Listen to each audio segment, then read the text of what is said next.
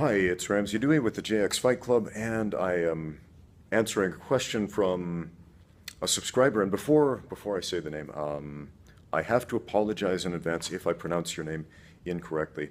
I myself have a very unusual name in the U.S. Where I grew up. There are only about 500 people nationwide named Ramsey, and so my name was frequently mispronounced anytime I met somebody new. So we're going to go for it. Our buddy Animesh Ghosh, and again, sorry if I pronounce it incorrectly. It's not a name I'm familiar with. Anyway, Animesh, he asks two questions, a two-part question. One, what do I think about Savate? And two, if MMA allowed dirty fighting tactics such as eye gouging, biting, etc., all the illegal techniques, if they became legal, what do I think would happen? What direction would the sport go in? And also, how do these techniques apply to self-defense? Now, that's an awesome question. And hey, thank you so much for writing and leaving a comment. And again, to everybody else, if you have questions, please leave them in the comments below. I will be happy to answer. So the very first question, Savate. Savate is a French combat sport. It is a style of kickboxing. Now, it has some interesting restrictions about the way you're allowed to punch. I can't list them off the top of my head. Go check that out on Wikipedia, and that definitely influences the direction of the sport. It is a full contact kickboxing sport. Let's see. One technique in particular, the oblique kick, I absolutely love, and that is a kick that is used almost exclusively in Savate and in MMA, thanks to fighters like John Jones and people who studied his style and followed his influence. So the oblique kick, I'll show you that in a minute, is a fantastic technique. There are tons of applications for mixed martial arts with that technique, as well as Savate. Now, here in Shanghai, I've had the unique privilege of training with people from all over the world, from all kinds of different backgrounds. People who are masters of various martial arts and experts in various different combat sports, Sambo, Judo, different karate styles, Taekwondo, tons of Kung Fu styles, Sanda, and of course Savate. So most of the saboteurs that I've met, the Savate practitioners, are pretty good kickboxers. I mean, it's a live art, meaning you actually get in the ring and you fight full contact, so you have to be good if you want to win. It's not one of those martial arts where you play dress up and pretend to kick and punch at the air and you never really learn how to fight. I mean, it's real. One other thing that is really interesting about Savate is what they wear. And if you've never seen a Savate match, go look that up right now on YouTube and come back here, of course. But they basically wear a long-legged spandex unitard. It's skin tight. And the first time I saw this, I thought, this is really strange. Now, in most of the Western world, we see something like that, like men in, bright, colorful spandex unitards, and we expect to see something like that almost exclusively in the circus or maybe a modern dance performance, not in a manly fighting sport. But that's exactly what we see in French Savate. And psychologically, that's really interesting. Because in every fight, you have to overcome two things. You have to overcome that other person who is trying to physically dominate you, and you have to overcome your own body, which is not always cooperating with you, right? You're fighting fatigue and so on. But in Savate, and I would also say wrestling, since they wear a skin-tight singlet, shows everything. Right? You also have to overcome the psychological, mental emotional barrier. See, most people, if you walk out on the street, they don't wear that kind of thing. At least most men don't. Okay? And so for a manly man to do the manliest thing ever, which is, get into a ring or a cage and fight somebody, you're wearing a unitard, that takes guts, I would say. That takes a very unique a very unique type of confidence. I mean, you have to be absolutely confident to do something like that. So I found that the saboteurs that I've trained with, they are super confident in their technique. Now, I mentioned before, it's got some limitations in the way you're allowed to punch, and I honestly can't remember what they are off the top of my head. And we often tend to think of limitations as a bad thing, but limitations can help us grow. If we do not experience the limitations, we will never start asking the right questions. And if we never ask the right questions, we will never find the answers. So I think limitations in combat sports can be a very good thing. So if you look at Greco-Roman wrestling, for example, also a French martial art. Believe it or not, Greco-Roman wrestling came from France, not from Greece and Rome. You're not allowed to attack the lower body. It's upper body attacks only. And so there are a lot of limitations in Greco-Roman that you don't see in freestyle and folk style, where you're allowed to grab the legs, run a single or shoot for a double. But if you look at mixed martial arts, it's the Greco-Roman wrestlers that have historically had the most success in the sport of MMA, and that's confused a lot of people because most people would argue that the freestyle wrestlers are better athletes. But I think there's something about those limitations imposed by the sport of Greco-Roman wrestling that force them to improve, that force them to break through that next level. So limitations, as crappy as they might feel, are often a very good thing. Now, your second question about the dirty fighting tactics in MMA, biting, eye gouging, headbutts, etc.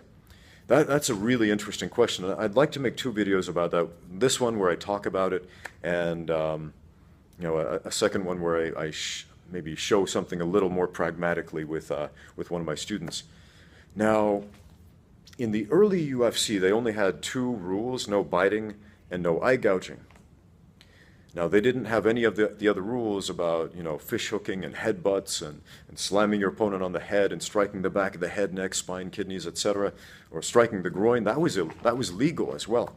And so, we didn't see a whole lot of that dirty fighting stuff, though. I mean, there was some, like Keith Hackney when he fought Joe Son, just punched him right in the groin repeatedly, like 6 or 7 times. That was an interesting fight. But other than that, we didn't see a whole lot of groin strikes back when it was legal. And you would think, it's touted as such a great self-defense technique that's going to end all fights, as long as your opponent's a man, and yet we only saw it a couple of times intentionally back when it was allowed in the UFC. And I would say the reason for that, the reason that when these techniques were legal, except biting and eye gouging, we didn't see them very much because of positional understanding. Because before we can successfully execute any attack, whether it's a clean fighting technique or a dirty one, we have to first understand position. See, the general rule of fighting, all fighting, position first, then attack. Position first, then attack. I love the mantra of Pedro Sauer, who studied under Helio Gracie directly. Brazilian Jiu-Jitsu expert Pedro Sauer, which is position first, then attack. It's such a simple way of understanding Jiu-Jitsu, or really any martial art. Position first, then attack. So if you have the correct position, you can do anything. If your position is good, everything works. The craziest technique is going to work if you understand position. But if you're out of position, the simplest, highest percentage attack doesn't work. Right? Something as simple as a jab. The bread and butter of striking.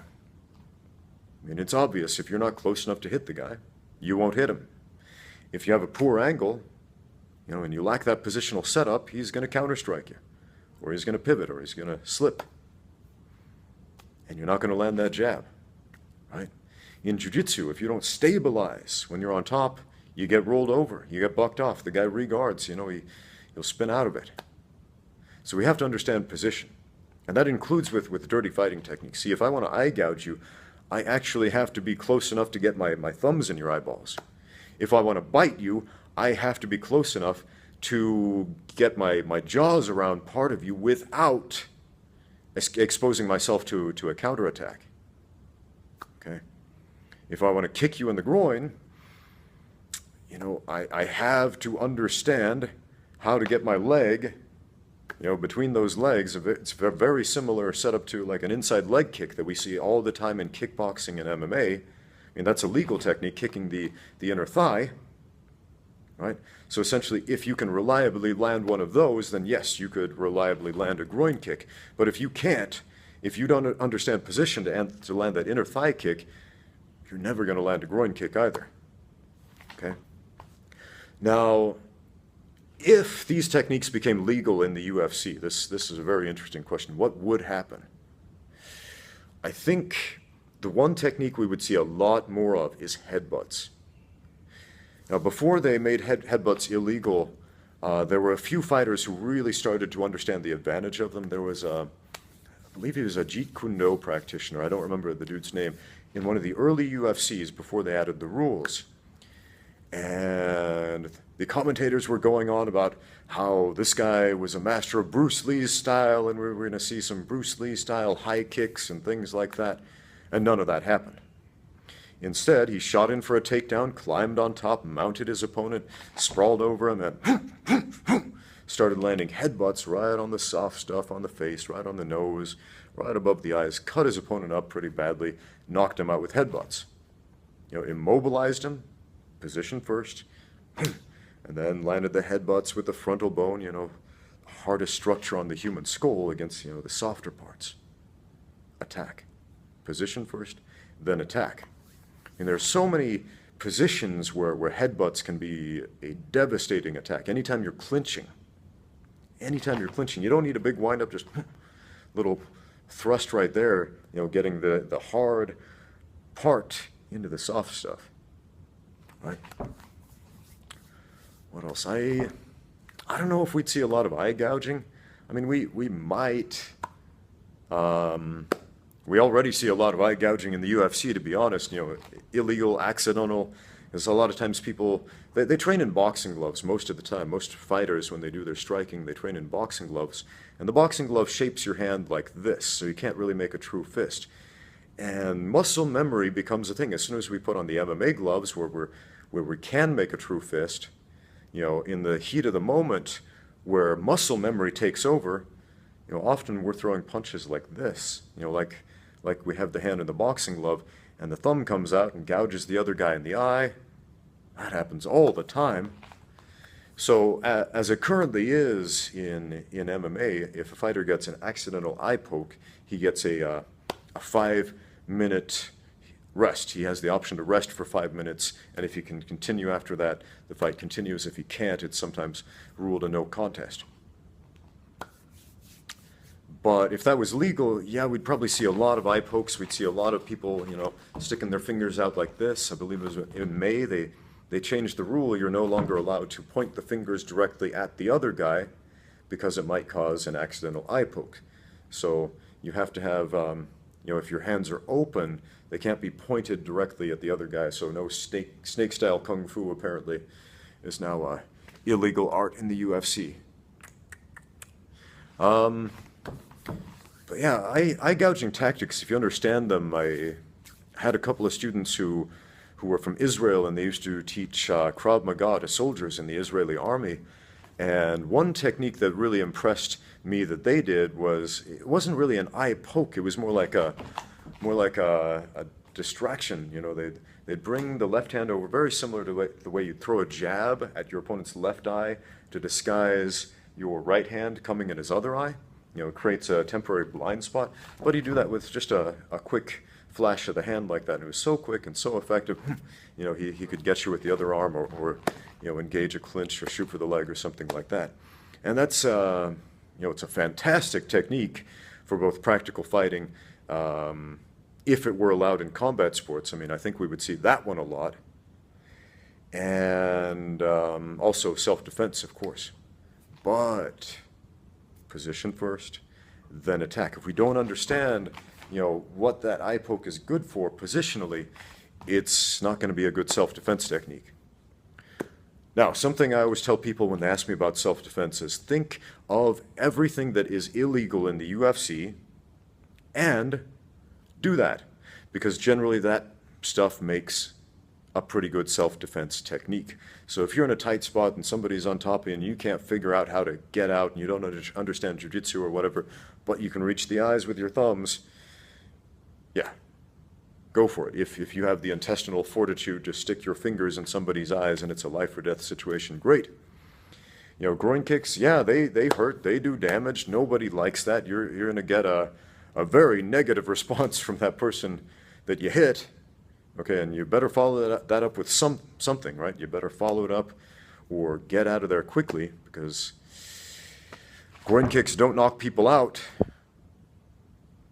They will make them angry if they're hyped up on adrenaline. And if you're hyped up on adrenaline, man, you can do anything for about 30 seconds.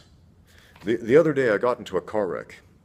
I was minding my own business, riding down the road on my scooter, and this guy, he veered into me, boom, just came out of nowhere, totally stupid thing to do. And I didn't have time to stop, and I crashed into him.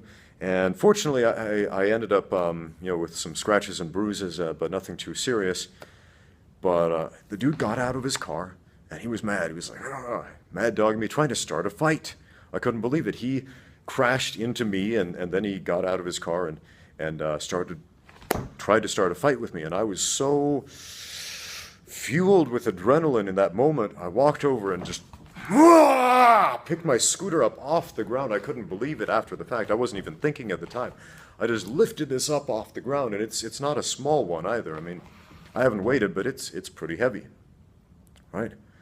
I mean, I can, as far as Olympic lifts go, I can snatch my body weight pretty easily, but a scooter that doesn't have those handles and those balances like an Olympic bar, yeah, on a normal day, under normal circumstances, no way I could do that, right? But hyped up on adrenaline for a very short interval of time, I picked that up, screamed at the guy, and, looking like some sort of comic book supervillain, trying to throw a vehicle at somebody. And, he stopped being all aggressive, ran behind his car, got on his phone, called the police, and said, "There's this crazy foreigner, ran into my car," and he's, I don't know, my Chinese, my Mandarin isn't good enough to understand the rest of the conversation, but I assume it was, he's trying to throw a scooter at me. I don't know. So I put the scooter down, I calmed down a little bit, dusted myself off, realized, it's not that bad, got back on my scooter, drove off, and then the adrenaline wore off, and all of a sudden, ouch, oh man, everything hurts, I just got hit by a car, ouch, right? So hyped up on adrenaline, we can do superhuman things. So, if somebody's attacking you, they're probably already hyped up on adrenaline. You kick them in the groin. Unless you get them by surprise, there's probably still a fight going on with a very angry person at that moment, who's temporarily superhuman, by the way. So, follow that up with something crippling, right? Not just something painful, something crippling.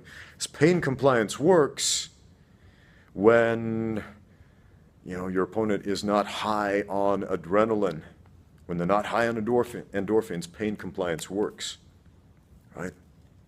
If they're mentally, emotionally, physically prepared for that, it might not be a big deal. I mean, I got kneed in the groin on my very first MMA fight, hard.